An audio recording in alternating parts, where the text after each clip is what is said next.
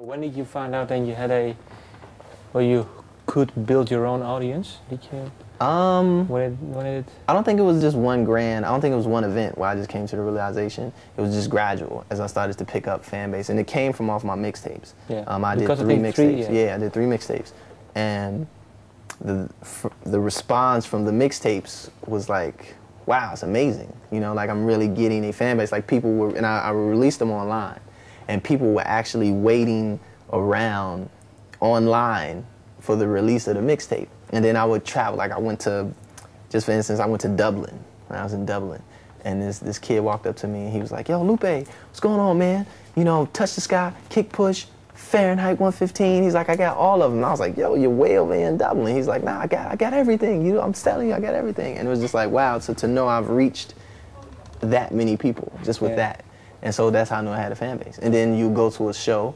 The way you test it is you go to a show, and then you get to rap a record, and then you stop, and then you see if the crowd continues. And that's what happens. They'll finish it. Well, then my last question, what do you, well now you have this own album. I have my own. Yeah, you have your own album. Congratulations. Thank you. Well, what do you hope for? I mean, now you have an album, and you've worked with JC. What is? It's a blessing. Off this album, I got to work with everybody that I wanted to work with, just out the blue. Like, I want to work with Jill Scott, and it was like, work with Jill Scott. You know, I want to work with Mike Shinoda from Linkin Park, and okay, you work with Mike Shinoda from Linkin Park. You know, being a big Linkin Park fan, I want to work with them. Okay, I get to work with them. I'm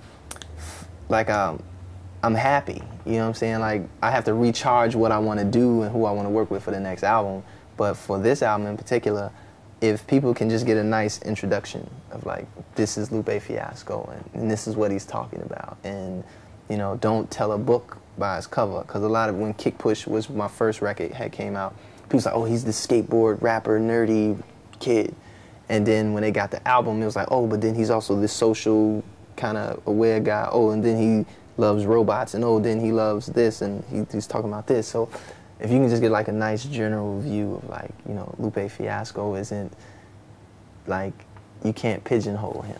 Okay, so I would want to ask, just to conclude, how would you describe yourself? But you just said it's not possible. Yeah, I don't want to be able to be described.